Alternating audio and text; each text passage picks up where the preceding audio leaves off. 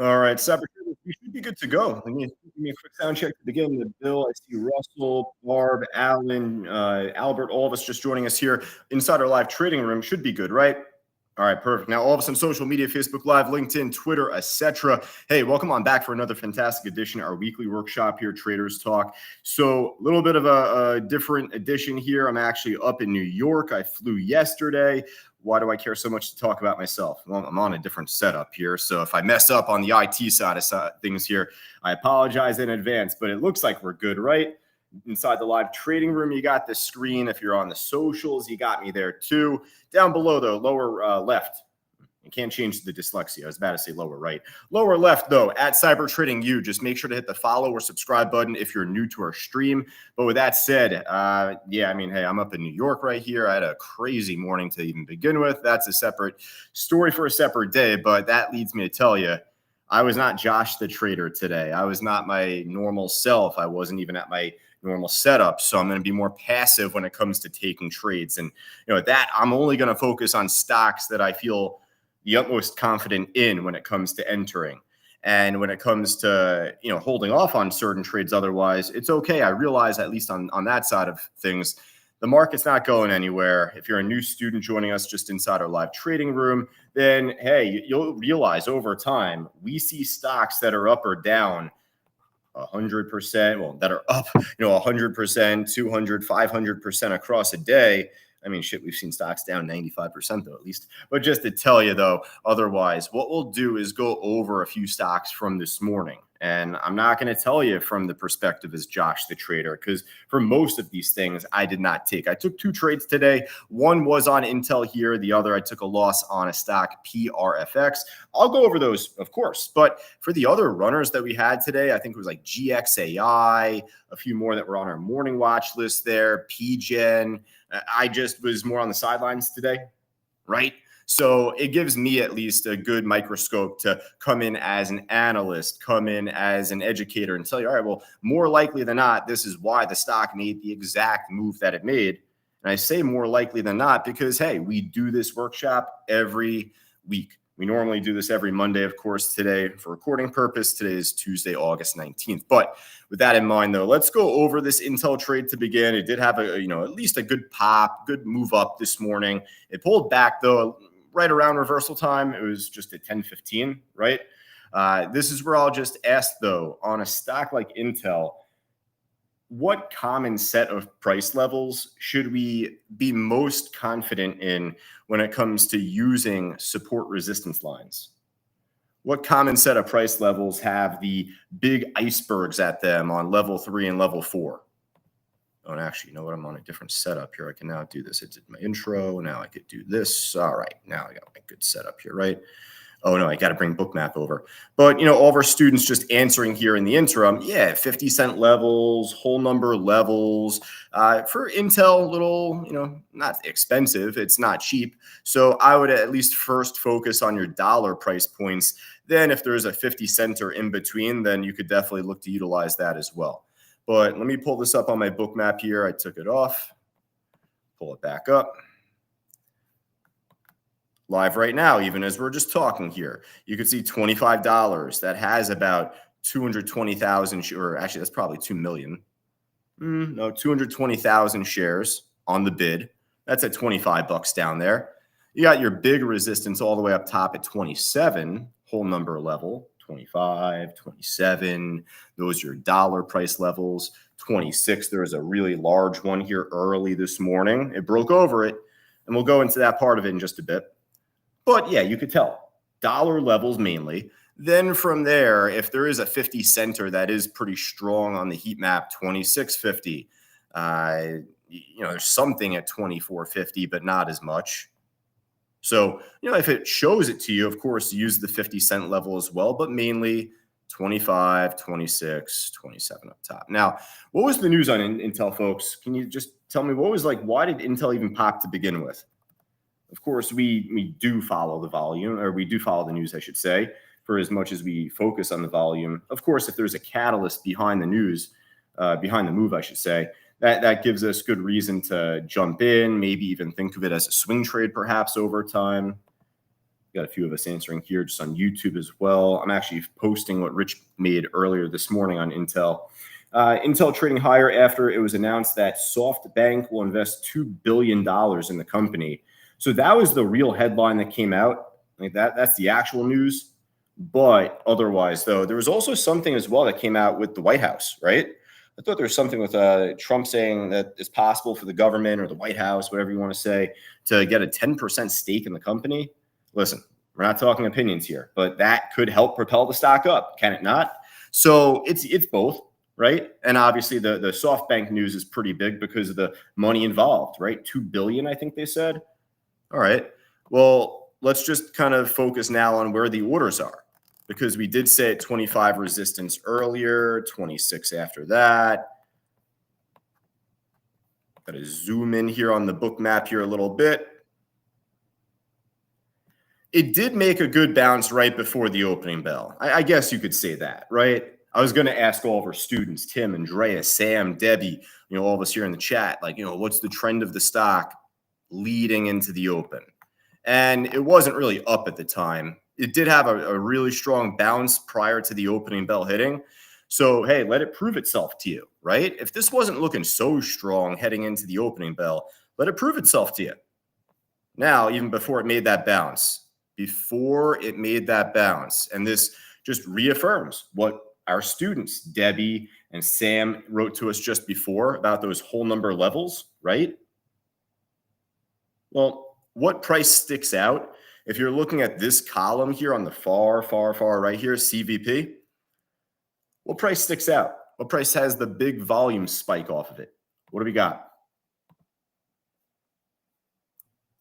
Quick shout out here. Leda, as always appreciate you. Terrence. There you go. Terrence joining us here on YouTube this afternoon. I got a face for radio this afternoon, Terrence. I'd normally be on webcam, but also shout out to Kevin, always joining us on YouTube from Lakeland, Florida. I'm not your neighbor today, Kevin, up in New York today, but great to always see you here. And Rodney, yes, great to see you joining us here. Short squeeze happening on the BSLK. Yeah, we're going to get to that next. We're getting to that next. But, at least this morning, if you're a member inside our room, you're focused on the Intel trade. Fausto was calling it out, 36 plus year pro. Myself, I was in on it. All right, what are we saying here, folks? 25, Scott, Uday, Bill, Wiz, all of us otherwise. I got tiny chat right now. I can't really see everyone's posting. I see a few of us, but yeah, $25. Absolutely. All right, well, hey, market opens up, ding, ding, ding. Wait the first 5 minutes. So this does make a pretty good pop within the first 5 minutes time, doesn't it? So I do want to point out that, it pulls back down just as fast. So that's exactly where we tell you, wait the first 5 minutes, please, friends, because it's going to be way more to your advantage. Now, what this did not do that I would have wanted it to have done would be to see it come into this 25 bid, come under and over. I wish I could draw better on this here. This is Zoom. Shout out to Jay. He gave me a nice tip on Zoom, but yeah, pretty much here. If this can come into this bid, break under and over, like a little fish hook, little V, little fish hook, whatever you want to call it, that ideally would get me in that trade right then and there.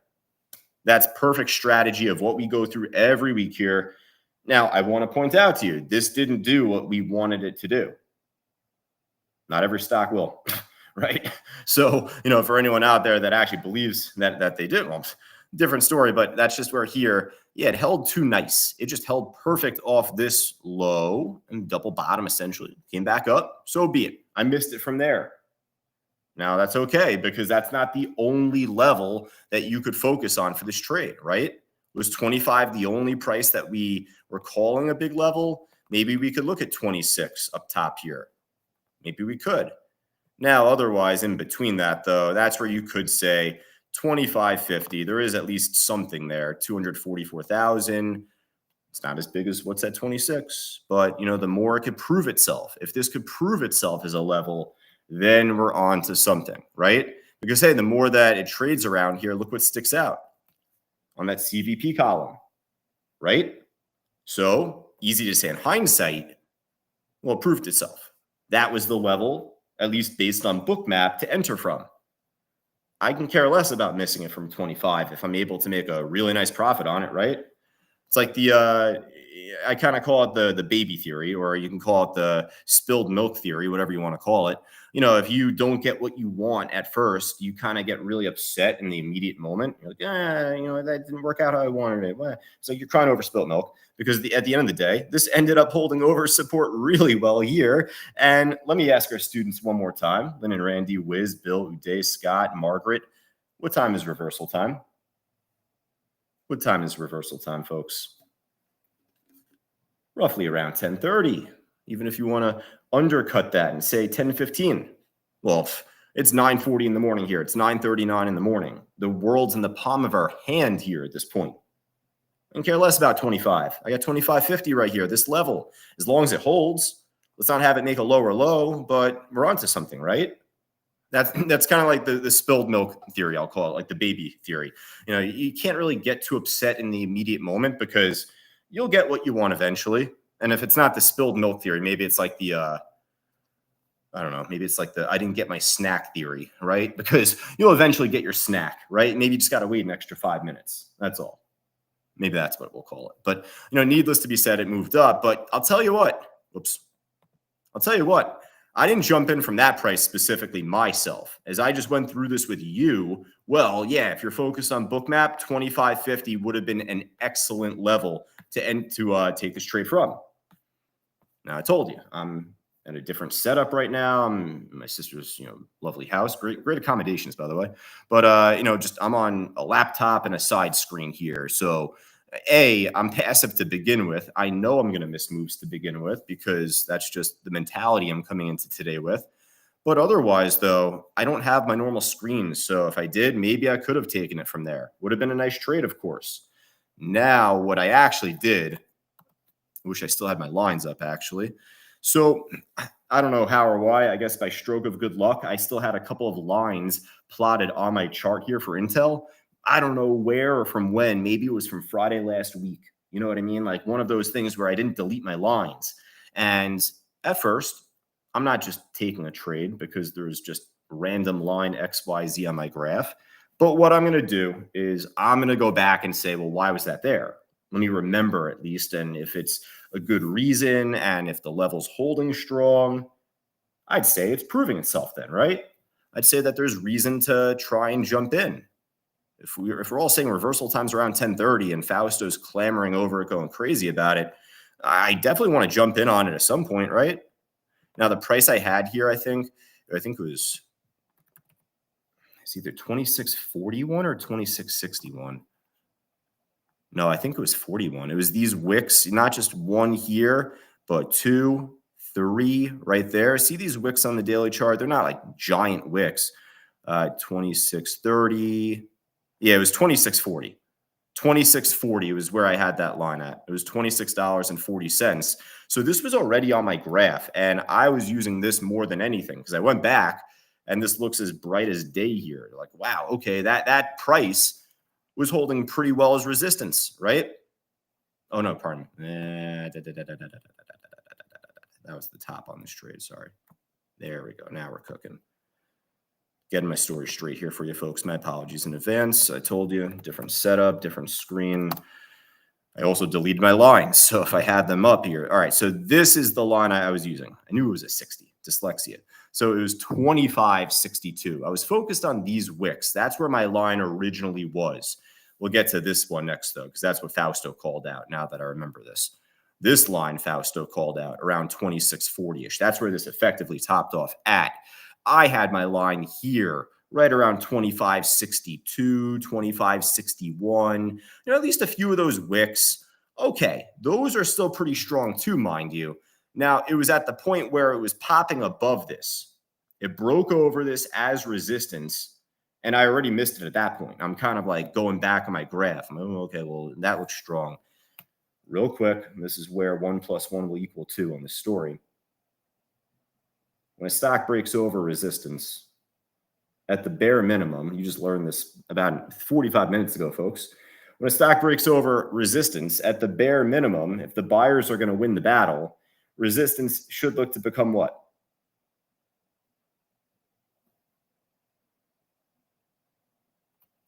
Support. And right here right here when it makes that pullback, that's where I jump in. It's on tiny size, but I got in at 25.67. 67 was my entry price.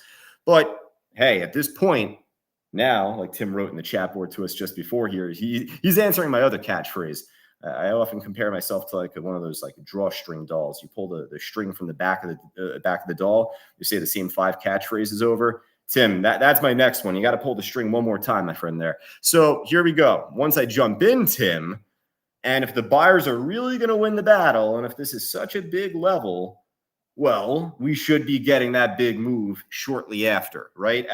At least a good reaction to start. Now, is it going to make higher lows right away, or does it keep popping? Well, it did keep popping for a little while at first, and then it built a higher low and moved up pretty nicely. So I ended up getting out on the trade even at 26. It popped over 26, and on the pullback down here, I got out at like 26.03. So I could have even done better on the trade, but it's just to mention, hey, every trade begins with the entry, right?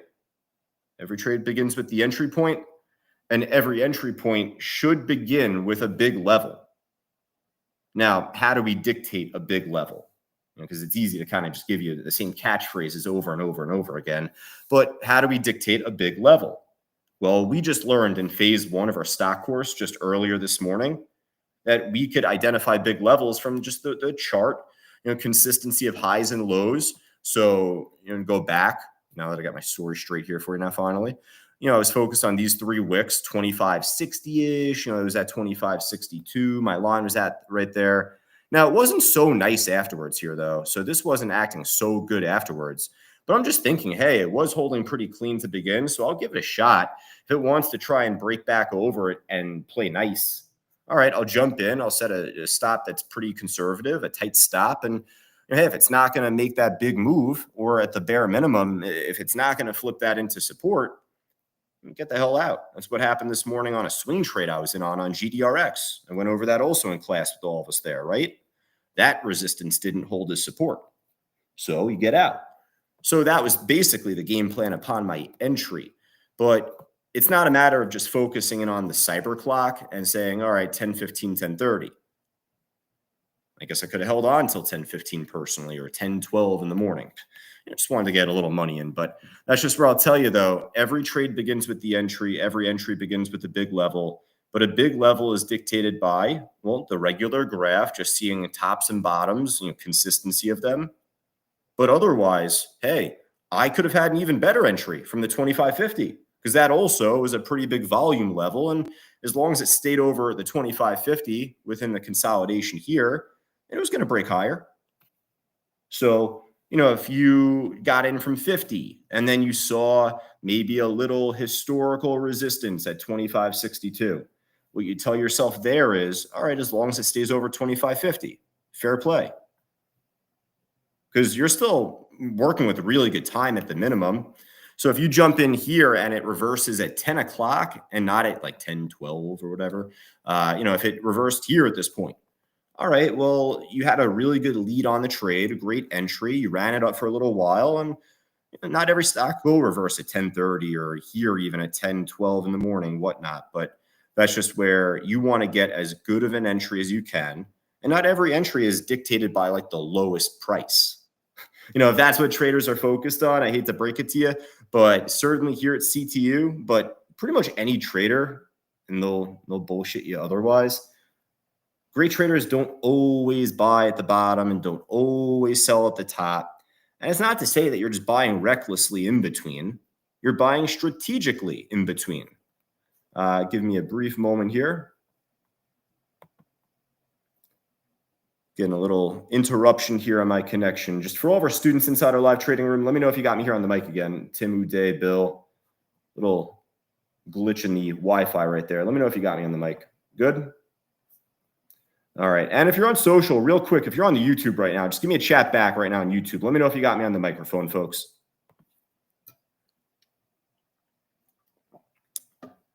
All right. Got us inside the live trading room. And then on the YouTube here in just a moment, I'll confirm. But got great accommodations here up in New York, but I'm in the sticks. I'm in the woods up here in North Shore, Long Island. So, yeah, I got some trees around me. That's for sure.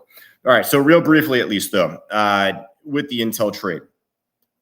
it made a nice move up at least over time. Money's money. I don't mind getting out where I did because, again, I'm on a different setup. If you're on a different setup, you should play more conservative. Don't, not take trades, especially if there is something that lines up really well. I still want traders to have the utmost confidence with jumping in, but that's just where you still want to just get out and take the money sooner than later. All right, there we go. Appreciate you, Konk, on YouTube there. KONK, nice name. There we go. All right, so let's hop over. I'll go over it just really quickly because the BSLK one of us said was squeezing up before. That's been a crazy trade of late, so I'm not going to be surprised if it's going to be on the way back down by the time we turn over to it even. But the PRFX, this was just the other stock I took from this morning as a day trade. Didn't work out. I had a winner on Intel, I had a loser on this. So this trade, I waited a good amount of time on. I felt damn good about the setup. Just obviously, that's where if it's not going to make that move, better get out ahead of time, right? That's where Tim, I said to you before, if it's going to be such a big level, then you should be seeing, a big move from a big level, right? All right. So market opened up this morning. First off, I want to mention this thing was a disaster to begin. This thing was up and down and choppy. I took no action on this in pre-market because, again, I'm playing passive this morning. I'm definitely not doing pre-market where I can't set stops, especially if I'm working on a laptop. So not only is this just up and down, but it gets choppy before the open. So this is like a worst nightmare, honestly, for me, especially if the book map looks hard to read. So let's head over to PRFX. I mean, that's right now live, so you can't really judge it on that. But even here, it's not like this is the easiest thing to read. A lot of blotchy orange. I'm not going to try and rip my hair out on this one. You know what I mean? So it pulled back when the market opened up, and then it took off. So I think Fausto called it out. We were making mention of it in the room, and it was on a great trend at that point. So that's where I initially thought, all right, maybe there could be something to it. And we go over this, at least in our classes. I make mention of it here in this workshop, but in our formal classes, the phase 2 stock course, you'll see me talk about this where on Bookmap, it's the opening print on time and sales, this big transaction that pops up right at 9:30. So right here at the market open, it's 117,635 shares at 310 at the price. So that's how much volume got filled right when the market opened up. Let's just take a look at our icebergs for right now, just like real quick.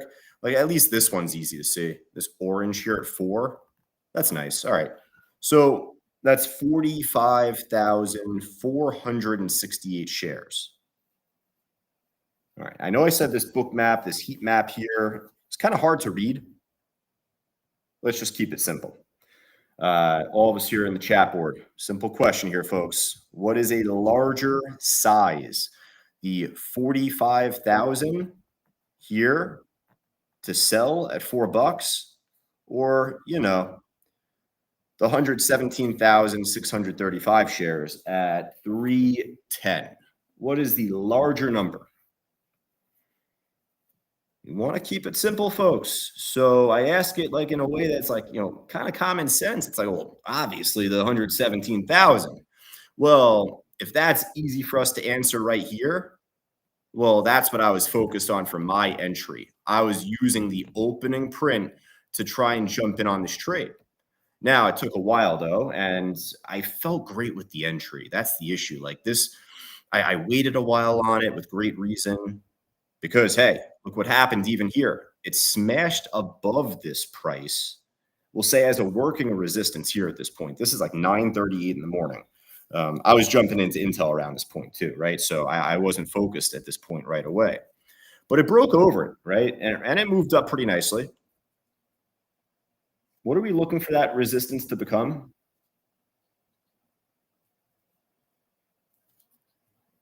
All of us. Support. It did not hold as support, did it? Maybe a one candle under over, but just re-stabbed it here and then down. Looks like it broke support, didn't it? What happens when a stock breaks support and it tanks? What should that support level then become once more? Resistance. So I waited. I waited a lot here. Now I jumped in on this bar. I did. I jumped in right there. And I said, all right, well, here we go. I waited a few stabs at it and it's not dropping off right. Well, it's not tanking. It moved back up on this last instance. So I thought, you know what? Let's give this a swirl and see if this can flip it into support and stay over it. It broke over it, right? On this candle, it broke over it. So I jumped in immediately as soon as it broke over the level. I didn't wait. Well, I didn't wait longer. I waited here. But once it re-broke it on this candle, I didn't wait further. I jumped in immediately on that candle once it broke over it. But let's have it play nice. It needs to hold over that as support. And what I used on this trade was $3. I used $3 to complement this level as, support. So the opening print at 310, and then also just as a whole number, $3. So I got stopped out right at 297. I was in at 311. I got stopped out at 297 or 298. One, two, just, it is what it is. But just, hey, like we said before, what's it going to make shortly after?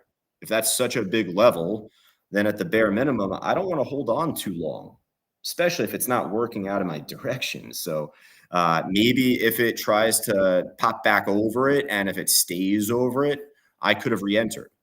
I was calling it out here at this point as it was coming back up again, but I didn't jump in again though. And at that point, it just held it better as resistance. And this thing is dead right now. This thing is done. At least that's how I'm viewing it. So there's no thought of an entry. We want to focus on stocks that are holding better near the highs, that are consolidating near the highs, trending back up. So I just want to make mention, I had no problem taking that trade because it was based on perfect strategy. But the reaction was also very well expected, at least in the general context of a big move. So this is either going to pop this and flip it nicely into support and move on up higher, or it's not. It was already flirting with it too long here. So, and already failed to do it here as probably a better shot to do it there than anything because it smashed over it as resistance. So it definitely had a really good opportunity right here to hold it as support. That's why I was thinking like, all right, hey, if it's going to keep fighting, should be able to get the job done. Well, it didn't. So, you got to just take the L, take the loss, and that's it. So that was my morning. That's it. All right. So, right, I like to mention that because, of course, Fausto more than anyone, but myself as well, students like Uday, Bill, Margaret, Dave here, Scott, Lynn, and Randy, we want you to follow what we're trading and what we're calling out. So, when I tell you, oh, I took a loss on this, well, look what happened after. Definitely want to get out with us there at that point. We said it before on a stock up, UP. Give me a sec, folks. I think one of those little glitches just happened again with my internet for right now. So just a little sound check one more time. Let me know if you got me on the microphone. Good? Cool. All right. At least if anything, it's just a quick little blip and that's all. But like the up trade, UP, Fausto told you, at least on this one, we had resistance at 2. If it's not going to make that big breakout over resistance there at $2, then it's more likely to just hold and not run. It's more likely to just be a waste of time, right? There was also another one. I think this one, he actually took a loss on the MYO, right? He said, listen, I'm in this trade right here from 122, 123. If it hits 120, I'm just going to get out. All right, better to do that than hold on, right? And this is like some cheap stock you could trade big size on. So just pointing out that it's okay to take the loss because we're expecting a pretty large reaction from these levels. Figured that was going to happen. All right, let's get to BSLK here because when I say I figured that was going to happen, well, look what happens just last week. Had a huge run up where it defied my expectations and it kept holding strong, kept popping nice. Then it crashed with like 15, 30 minutes left into the afternoon. And then it gapped down heavy the next day. And then it had this crazy upwick. So this stock is just pop and drop to the extreme, right? Is it possible it can go back up again? Yeah, but it better be holding support. So for this stock, less expensive than Intel, I normally would say 50-cent levels and whole numbers, but with how volatile this thing has proven to be, I would mainly just focus on whole number levels to start. So like 8, 9, 10, et cetera, right? So, uh, Bookmap will still give you the confirmed icebergs and tell you where the real levels are. But just something like 8, 9, 10, I'll just start off here to begin.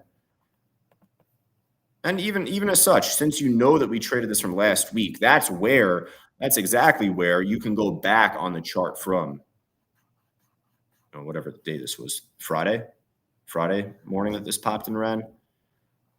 So you could see that this did a pretty good job holding over 9 as support here before it launched higher. You could see, generally speaking, it held over $10, maybe like $10.16 or so as like a chart level. But you could absolutely use the levels from last week to try and dictate support resistance here on this intraday move.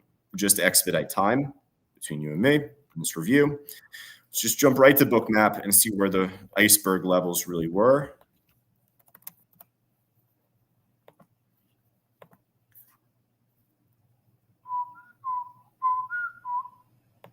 A little double jeopardy. It's like triple jeopardy on this one. If you get it wrong on this one, you can be screwed. So you definitely got to be careful on this trade. Go back on more data here to see where the pre-market levels were.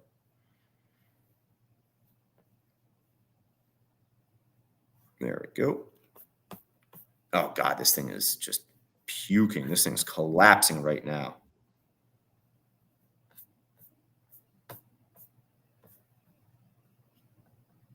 Let's see if I can grab this. I can't really zoom in the way that I want to here. My apologies. Here we go. All right. So not even pre-market, because this just kind of took off on retail, small, tiny volume early. So I don't have the orders from last week at least, but otherwise it looks like it's building something around 850. You do have some good volume, at least building up underneath that 850. And if there is not a resistance until maybe 10, unless if there's something that shows up, perhaps you can say, all right, as long as it breaks over the volume here at 850, 825 from the CVP column, and if it flips that into a support, looks like there is something that pops up though here over time, isn't there? Yeah, so that goes to waste, because you see about 11,000 shares that pops up at 820. Then there's also something here at like 860-ish or so. All right, well, it breaks over the first. To be transparent with you, I mean, hey, this could have been an entry, but on something that has a big spread and you've seen the volatility before, I'd probably want to wait to see pop drop. But it gets it done in one shot here. So if you do buy it right here, kudos to you. You're off to a good start. But again, that doesn't mean that's the only level that you could have taken this trade from. This did pull back. It broke over 850, but it pulled back and it held over 850 here, perfect as support. So that was a great entry, at least off of there. Now it moves up, it gets halted. I believe this gets halted right here, if I'm not mistaken, right around 11:30 in the morning. Give me a brief moment on that. Yeah. Oh, yeah. Popped right here, got halted at the time 11:27, reopened up at 11:32. So this was pretty much as we were finishing up class, wasn't it? So as we were jumping off class, I mean, at least here, this was reopening up off of a halt. Oh, check this out. This is good timing. The open price, that's where that that dot was, that was at the price 10.01, $10.01, pretty much right where my line is, right? You already have a level at 10. You assume that anyway. And just conveniently enough, just 1 penny off from that very price at 10.01, there's a 74,000 share transaction that set off like that. That's a market, well, that's a conglomerate of orders that got triggered and filled at market price. But that's a real fill. So that's where I was hyping that up, at least before on the PRFX. Well, it didn't work out there because it didn't flip it into support. At least here, the more it kept poking it, well, it popped it and it broke and it held over it as support. It broke over it. It held over it real nice as support. So that's exactly what at least I wanted to see on that PRFX, but it's the same strategy. Literally the same strategy. The only difference is just the timing and the prints, but otherwise, this had good momentum. Good momentum to begin with. So the more times that this can keep breaking over that level in a small concentration, the more times it's stabbing it, the buyers are taking the sellers out. So at that stage, it's easy to say, as long as it holds over it as support, there's a run. If it doesn't hold over this as support, game over, right? Now, I'm going to go over this with our students more in our intermediate class next week, the phase two stock course. I do this here. I just alluded to it actually before on the Intel trade, actually at 25 bucks, right? What do I look for, folks? If I'm looking to get an entry from support, it's basically two words. It is blank slash blank. What am I looking for to see in terms of support holding? I need to, actually see that price get tested, obviously, but I'm looking for two words, and I need to see the stock go under and then over. Sam saying, Margaret, I need to see the stock nip into that level and then slingshot right back up. It could be same candle, or it could be the candle after, or whatever the case may be. Now, that's in order to attempt to even see support, try and hold. This did not attempt to hold support because in the same candle, it sliced right through this thing like a hot knife through butter, right? So if anyone was looking for support here, I don't blame you. It's a great idea, but it didn't work out. It didn't want to hold support, obviously. And even if it went under and over and there was an entry, well, it better make that slingshot. It better make that larger reaction at least going up. That, who is it? Scott wrote big move. Yeah, you want to see that big move shortly after. Simple as that. But it didn't even do the under over part. You know what I mean? So again, it's all part of the process. If you're looking for support to try and hold and you enter from support, that's exactly what you need to see. All right. So that was at least the brunt of the BSLK trade. If you want me to go back on the daily chart, because it topped off at like 12 bucks or something. So if we go back on the long term here, delete all this crap. Were there any good daily chart levels that you could have even have used? It's very tough. This is really tough because there really is not a great level around the $10, $12, $15 area. There's just a lot of random wicks. I guess you could say 1885 if it were to ever shoot up that high. These two wicks in a row, topped off right there. Like, all right, that counts. Maybe one and two put together on the outside wicks here these days, like maybe, but anything around here, you're pulling your hair out to even spit out an answer, right? Like right here, these two on the bottom side, and then I don't know, this doesn't go close enough, I don't think. It's just very tough. This is not a great long-term graph for you to give great respect to. That's just where here on this one, well, let's finish up the story because we talked about how good of an entry it was from the halt print here at 10:01, but was there as easy to see of a resistance at 12 bucks? And I think that we're answering that right now. Looks like a lot of green going up to it, but that resistance was there from the time it was halted. And of course, just a regular whole number level, $10, $11, $12. Those are iceberg prices that you should give great respect to here. So it is to say the more this is failing to hold over this as support, or the more it's failing to just blast higher and keep going, it's more likely to pull back. I mean, shit, even the VWAP here, it broke right through this here super fast and just kept dropping. I don't think there was a point where it tried to hold over the VWAP right there even. So the writing was on the wall for this to top off. This was even after reversal time happened. So eventually, for as late of a run as this got off to, it's going to reverse. I guess if you want to count this here as the market open in the first 5 minutes. I'm just kind of saying in terms of like the morning move. If you go from 9:30 to 10:30 in the morning, about an hour, right? So this technically restarted a run at 11:16 in the morning. It topped off at like noon, so about 45 minutes. All right, that's relatively speaking in line with what we expect out of a stock. Like if I jump into a trade at 9:40 in the morning, the game plan at least, and if I'm at my normal desk, if I'm not in New York and working on a laptop, I am looking to hold for about 45 minutes, 50 minutes, see if we can get to 10:15 Eastern time, 10:30, right? So this made a great run in terms of time. And the iceberg at 12 was there. And clearly it was failing to hold over 12 after a little while, at least a valiant effort, but didn't get the job done. That's just how you think of it.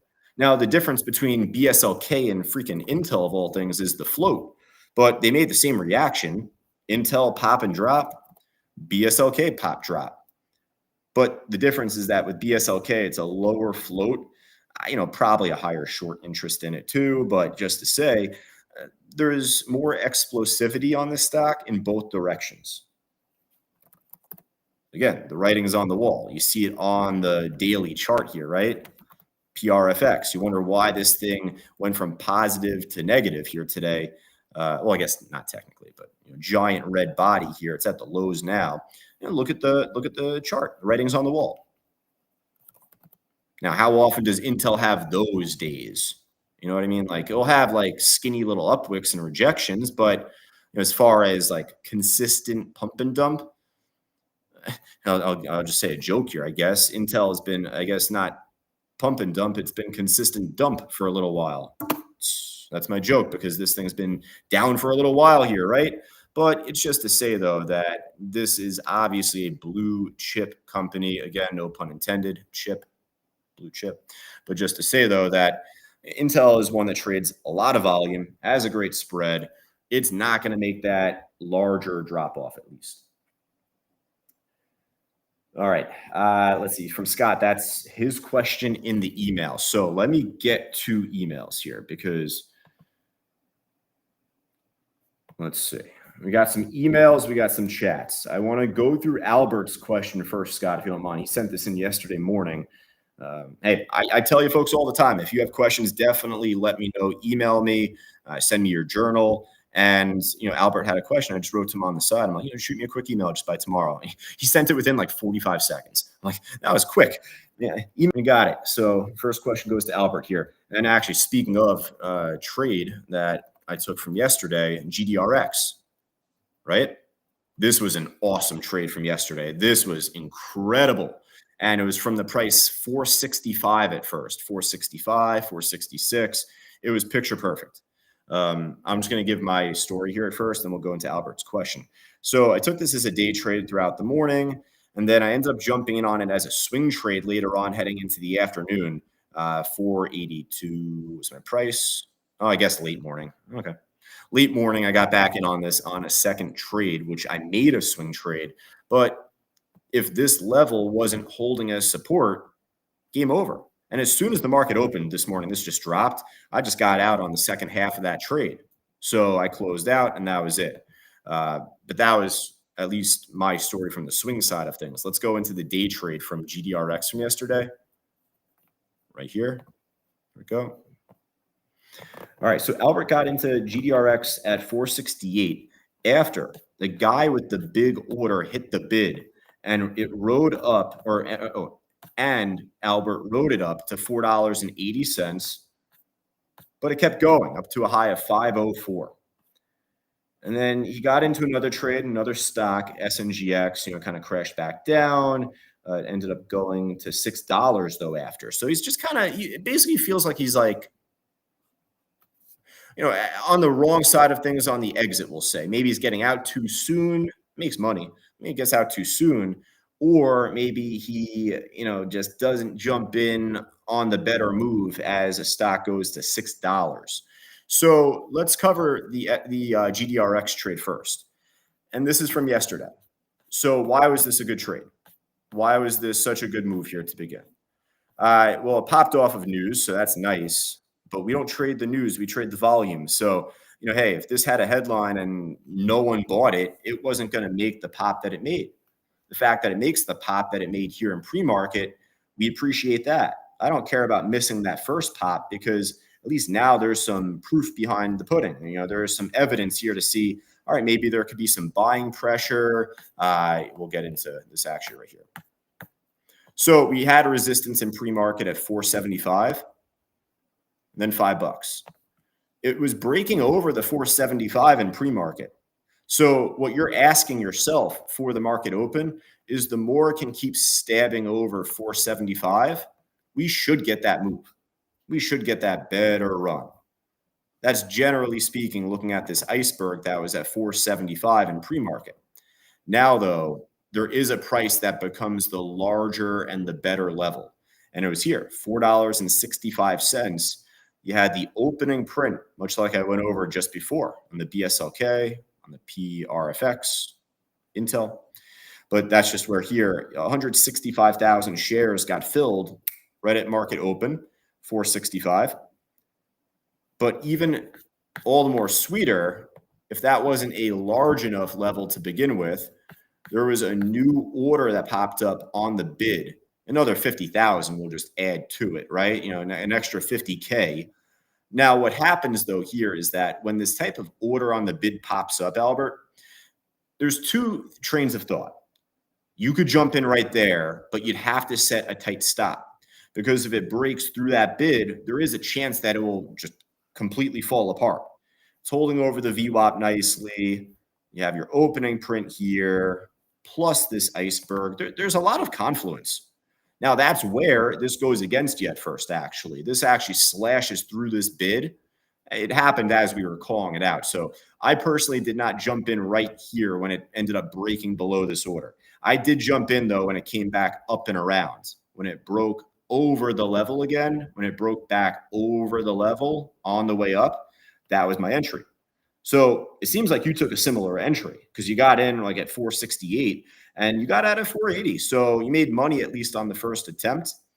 If I could mention, this is just where I would say if you're at your normal desk, normal morning, you're not on a laptop in a separate state, but here I would trust the cyber clock more. I would say it's 9:40 in the morning.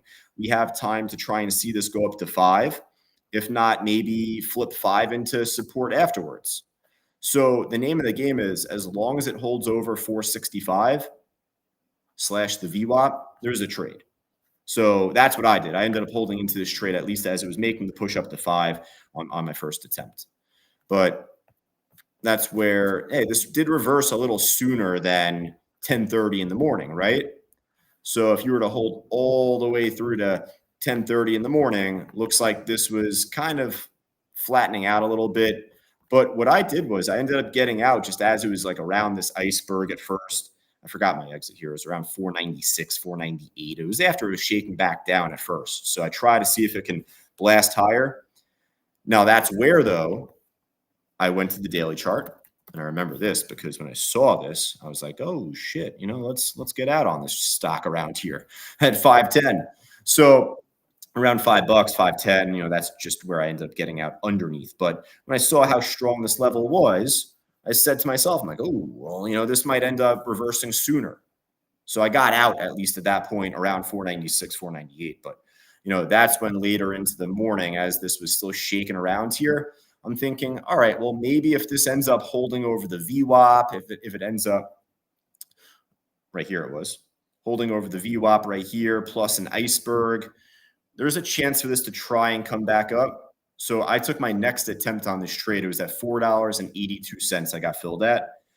From that point, the name of the game is to try and see this break over 510, flip that 510 into support, and keep moving up.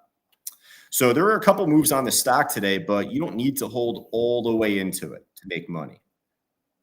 Now, on the flip side of that, that doesn't mean to just take, teeny tiny trade in and out, in and out, in and out.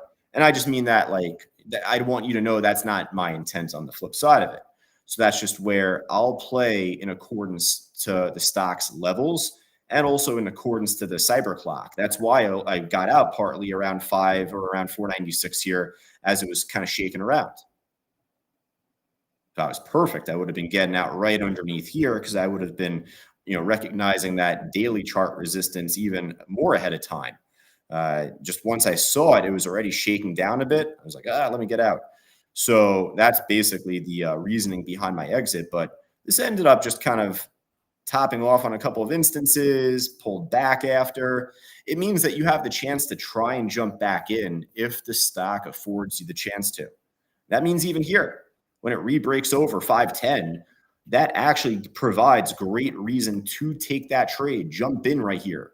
It's not the best time of the day. It's like 12:40 in the afternoon. So honestly, that's why we do our workshop right now. But that's just where here it broke over 510. That was our historical level. There was even an iceberg there. So there was a great entry here. And that's just where I point out you could always jump back in if the stock affords you the chance to. But what you need to focus on first and foremost is where are our big levels? That's the first thing. Now, I'm not going to go too deep into this because I teach this in our classes. It's a whole discussion on discipline and psychology, and I go over this more in further with students in privatized coaching, right? You're always going to find opportunity in this market, but it's just a matter of staying process driven. But on the flip side of it, you know how many moves I miss every day? Like right now for the last, at this point, probably 2.5 hours. No, not even. Well, I was trading in the morning, but since 10:30 in the morning, I've been in class. I was on a call with a student, and then I'm doing Traders Talk here. So for about 2.5 hours, I've been yapping here. You know how many stocks have been moving that I didn't jump into because I'm doing this? And I mean that because, well, there's a level of acceptance that everyone needs to have that, well, yeah, guys, we're gonna miss moves all the time. It's okay. Let's normalize it. Let's normalize missing moves. Because at least if you learn to accept, you're not going to just jump in recklessly. And on the flip side of it, it's going to make you more aware of when you can jump in. So right here at the 510 keeps poking, poking, poking. Well, hey, this is an absolutely perfect attempt because it plays in part with plays perfect in part with strategy. It holds over it as support, moves up, not too much. It's not like the greatest move ever, but for a mid-afternoon move in a mid-August day, the dog days of summer, I'll take 30 cents on cheap stock like this. Now on the SNGX, though, let me just jump to that. We got a couple more questions, then we'll wrap up, folks. I'll go a little after 1 o'clock at least here. So the SNGX trade got in at 394, took a loss on it, whatever, but it's more the fact that Albert's saying that he missed out on the move going up to $6. So from earlier that day, right? Okay. Now, question is, at least, if we're entering, we need to make sure that we're entering over our level, right? Over the resistance. So where we talk about those whole number levels at $4, $5, $4 through $3. Well, had a pop move here where it broke resistance. And even if you jumped in right here over 4, well, that's where two things need to happen. A, at the minimum, needs to hold over this as support. It did not. B, if it does at least hold over it as support, needs to make big moves shortly after. It obviously did not. So right place, wrong time, even if you jump in over 4. But when this keeps coming back up, keeps poking, poke, well, it blasted right over resistance here. And even if you miss it at this stage and, makes the breakout here without you, sure looks like it came back down one more time there and, resistance. And you could even use the chart resistance there, those tops, on the 1-minute chart. But just this generalized area flipped into support, back up. Right? So just need to mention that because if you are going to try and hold on to a losing trade, because for the ones that you've sold, they've ran up way higher without you, you're going to get caught in one of those trades where it just keeps dropping without looking back upward. And that's the last thing that we ever want to have you do. You're going to have trades that are like PRFX here that have the chance to go completely back down to like 150 by tomorrow. Even the BSLK trade, well, now, yeah, look at that. But even just back from Friday's move, right? So if the stock affords you a chance to take the trade again, then go for it. Now, hey, that means on the flip side, you and I will have the chance together, perhaps in coaching, to work on the psychology of right place, wrong time. Don't rip your hair out or beat yourself up because you took the loss. You had a great thought, but it wasn't the right time. We don't predict the weather outside each and every day, do we? If we did, we'd probably be really bad at it, like most meteorologists. But, again, separate story for a separate day. But that's just where here we can't expect perfection all the time. And that means, hey, if we take a loss, let's not rip our hair out because we were probably on the right track. And just a matter of, right place, wrong time. The stock makes that better move about 15 minutes later, 30 minutes later. Probably like the Fonz, it needs to like elbow the jukebox to get the music playing. All right, real quick, just going to jump right now. I got a question from Kunk just before. What about the lower highs stock on a daily chart? How to check resistance? I gave you this question in phase one core chart. Oh, okay. I didn't realize you were one of our students there. You got a little goose as your icon there, Kunk. But no, I'm teasing you, of course. Just to say though, yes, I remember that question from our from our class just this morning. So where you see lower highs on the daily chart, how to check resistance? Well, those wicks play a big part in it. I'm just shooting from the hip on this one here, so don't mind me, but look on Celsius. Actually, what we'll do is go back, because if you look where it topped off here, this was a loser stock for a long time. Then they had blowout earnings their last 2 quarters. They've been on a great tear this year, but they're in the dumps for a while. But yeah, you could tell one wick, okay, that in itself could be dangerous. It drops. All right, well, you know what? It still maintains structure here over time, over these previous candles. So it bounced one more time, didn't it? Nabil, there we go. There he goes. I like to know my students by name. But I appreciate you, Nabil, joining us as always. Great student of ours here inside our live trading room, Nabil A. Join us on YouTube here today. Now, here though, otherwise, notice 1 wick, 2 wick after. Those in coordinates with this. Yeah, this thing better get popping immediately after. Otherwise, I definitely understand the reaction here where this breaks structure a lot more, right? Even if you want to use Bitcoin, check this out. If you want to use Bitcoin, well, even recently, it had one long wick here, one slightly long wick here, but it's holding support. It was doing good on the support side. Even where it wicked down, it came back up. It still was in this structure, right? And even after these, it still had one more move. But if this isn't playing nice and flipping just a simple top into a simple bottom, then that's where I kind of take these into effect and I say, oh, shoot. Well, is it possible then to have Bitcoin make a larger move downward over time? Because even on the flip side of those up wicks there, Nabil, look at support. Look at the down wicks and then look at the reaction after, right? So that's definitely something I'll focus on. And, I'll focus on that with the 1 minute or 5 minute chart. It definitely is way more effective when it comes to a swing move if you're looking at it, though, on the daily, weekly. All right. Definitely, though, Nabil, shoot me a quick email if you're not inside the room, or if you are inside the trading room, just private chat me. I'll be able to follow up with you, at least if you have any other questions on that. From Uday, just inside the chat board here, and I want to go through one more stock before I just jump off, but how would you treat the 1030 reversal on those BSLK or Intel trades, cash out or wait? Well, I literally told you on Intel, because I told you I took that trade, right? I told you how I played it out. But if I was at my main desk, If I was like not on the road, just on a laptop, blah, blah, blah, well, I try and play it out till 10:15, 10:30. That's all. So I got out on this way sooner than I normally would, and I feel better about seeing it run up a little bit higher at this point. Now, when Fausto is calling out his resistance on Intel after I got in on my trade from here is moving up, well, it wasn't in the clear yet because there was like another resistance that Fausto was calling out. That was the 2640.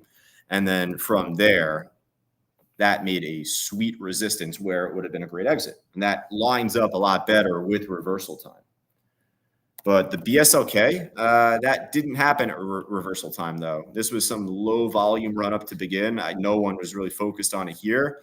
And the move started really once it broke resistance around E50, ran up at this point. So this is like a bit of an anomaly. This is kind of an exception where you can't really use 1030 on this one, at least.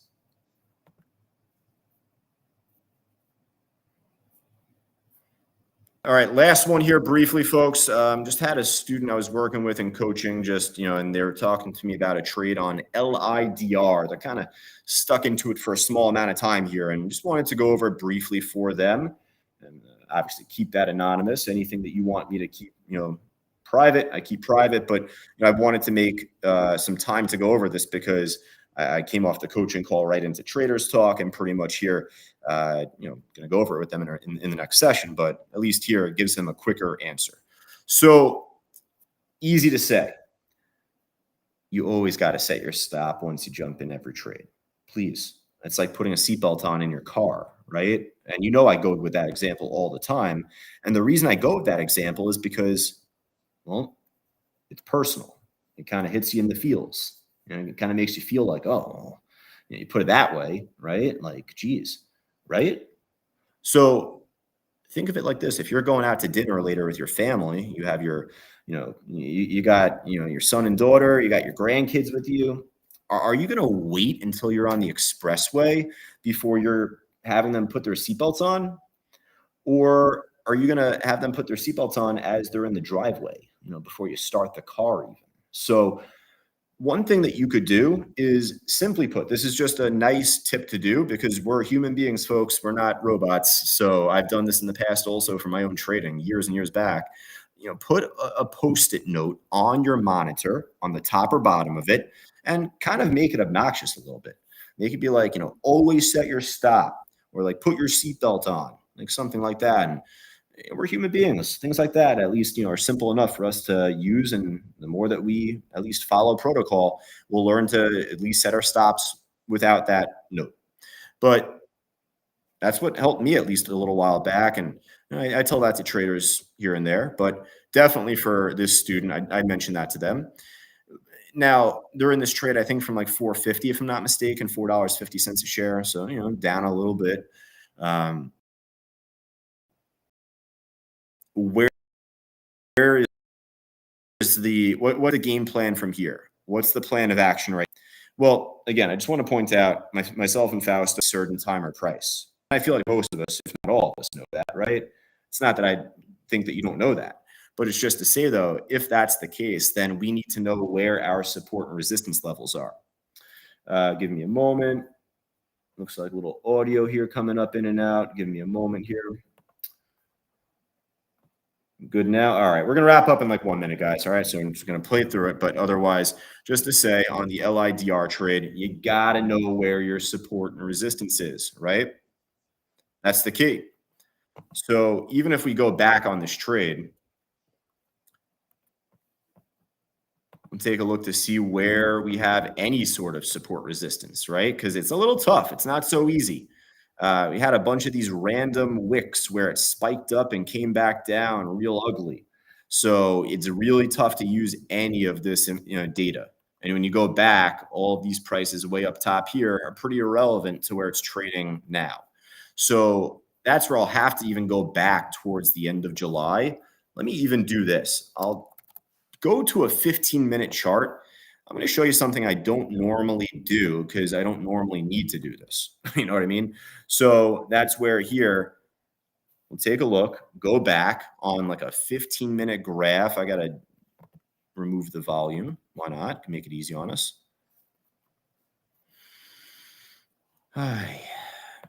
I'll even take away the pre-market. And I'll just show the regular session trading. All right. So putting this under a bit of a microscope, you could tell that there is some support brewing here on this day, on July 25th. There's at least some semblance of support, right? One wick. But then some of these holding tighter, it catches into it here, so it counts. Then here it counts. It's holding over it here. It's holding over it here. This is not bad. Right where it's at, it's holding great support. Holding over support doesn't make you money. It's the reaction off support that makes you money. That's why I tell you all the time, when a stock breaks through a big level, we should be getting a big move. So if it's not going to, flip this into support and then move back up off of it, and if it breaks below this as support, then I would just call it a wrap, call it quits. You could jump back in on the stock if it wants to prove itself, but the longer it doesn't, that's where it's more prone to see a drop lower. So in terms of the trade that my student made, they're in from like 450, at least from these days back from the 25th, 28, like this needed to hold. Once it breaks, get out. That's it, right? That's what should have happened. Now, what's the game plan now? Well, looks like we have based out pretty well here, but again, laying over support doesn't make us money. It doesn't help us recover. It's the reaction off of support that does. I have two lines here now off of these lows, but I'll use this one wick. And either way, including today at least, it broke below it, didn't it? It broke below the first of those two support lines today and dropped off quite a good amount. So that's a bit of a red flag. Now, if it breaks below the next one, then there's a gap for this to try and fill. This is a company that works on those EVTOLs. It's a company that works on the drones. It's just one of those hot stocks that we've been trading of late. Hey, Jobby has been a very hot stock of late too, but this has been coming back down to planet Earth of late here. So between that and Archer, those have been great stocks and much better day trades than swing trades, but they've been moving up over the last year. So they have been good swing trades too. So LIDR, not as good of a swing trade. It doesn't have great daily chart levels here, and it hasn't been making true higher lows with higher highs. This is the line in the sand for a higher low. If it can't lay over this and bounce, then I could definitely see this keep dropping back down. Now, that's the harsh reality, right?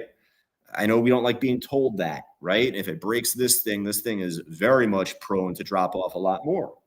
But we got to learn to let go, especially if we're down on a trade like this. But, for the next time, and this goes for everyone here, obviously, not just my student that sent me this trade, but this is for literally every person here, whether you're a student or you're just a member here.